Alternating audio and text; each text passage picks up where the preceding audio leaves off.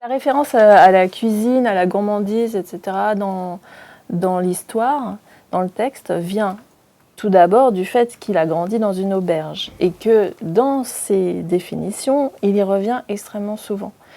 Donc c'est quelque chose qui l'a nourri donc, de plusieurs manières et c'était un très bon vivant. Il raconte toujours ce qu'il mange, etc. Et même quand il fait ses études à Paris, il est resté 8 ans en fait à assister à tous les cours gratuits qui avaient lieu dans la capitale, donc à la Sorbonne, au Collège de France, etc. Et pendant 8 ans, donc il avait fait des économies pendant qu'il était instituteur, mais pendant 8 ans, il s'est nourri quasiment exclusivement de soupe à l'oignon. Il raconte ça dans sa chambre de bonne. Et donc c'était voilà, c'était assez. Pour moi aussi, c'était important.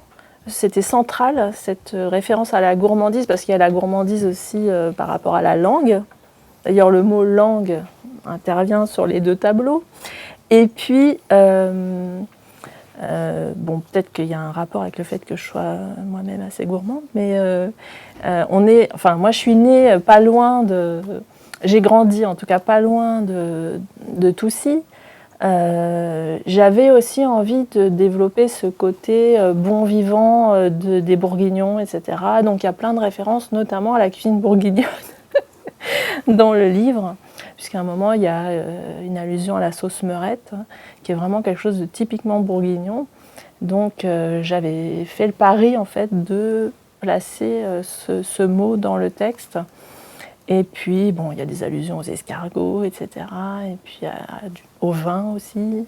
Donc moi j'ai grandi dans une famille de vignerons, etc. Donc il y a plein de petits clins d'œil aussi, personnels. Voilà. Il adorait Victor Hugo. Il avait donc appelé sa chatte Cosette, en référence à Victor Hugo. Donc j'ai repris, alors c'était pas une chatte qu'il avait quand il était petit, il l'a eue quand il était adulte, mais voilà, c'est un clin d'œil, mais un clin d'œil qui existait déjà, c'est-à-dire que lui-même avait fait ce clin d'œil. Voilà. Et alors même dans l'évolution du texte, au tout début, moi je m'étais dit, je ne vais pas appeler le chat Cosette comme lui-même l'avait fait, mais je vais l'appeler Colette. Parce que moi j'avais envie de faire un clin d'œil à un autre écrivain bourguignon. Et j'avais pensé à ça. Mais après, je me suis dit que c'était peut-être un peu risqué, entre guillemets, parce qu'il y avait un problème d'anachronisme, puisque Colette est postérieure. Donc je me suis dit, on va éviter d'embrouiller le lecteur avec ça. Donc j'ai enlevé cette allusion à Colette. Mais en fait, l'allusion à Colette, quelque part, elle apparaît notamment dans l'escargot, mais il faut connaître l'histoire. Mais voilà, c'est une petite référence à Colette aussi. Justement, sur la dernière double page, quand il lit Robinson Crusoe, moi, en fait, je l'ai un peu projeté dans le futur, jusqu'à peut-être la lecture de Jules Verne, tu vois, par exemple. Ah oui, ouais. Tout à fait.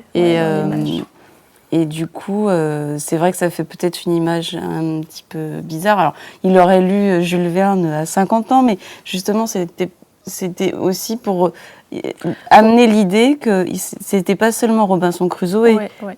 Alors, c'était ses 4 plus belles nuits de sa vie, mais quand même, il y en a eu forcément d'autres.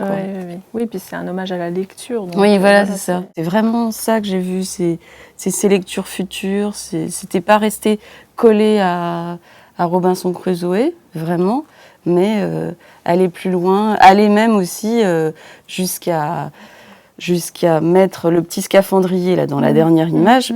À son époque, ça n'existait pas en fait. Donc c'est dans les dictionnaires futurs que le scaphandrier est apparu. Donc c'est pour ça que voilà, c'est une ouverture. Ouais.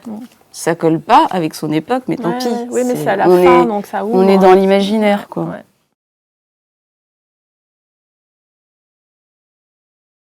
Déjà, on est la nuit avec des chandelles. Donc l'atmosphère est totalement différente, quoi, d'une part. Et puis, oui, j'avais envie de faire quelque chose d'un peu mystérieux, de pas tout cuit comme ça, peut-être m'éloigner aussi de la représentation classique de Robinson Crusoe. On sait que j'ai mis un contexte, quoi, et sur lequel peut-être on peut s'appuyer pour s'inventer des choses. Je ne voulais pas forcément coller au récit de Robinson Crusoe. Je voulais que l'image de fin soit une espèce de futur, quoi.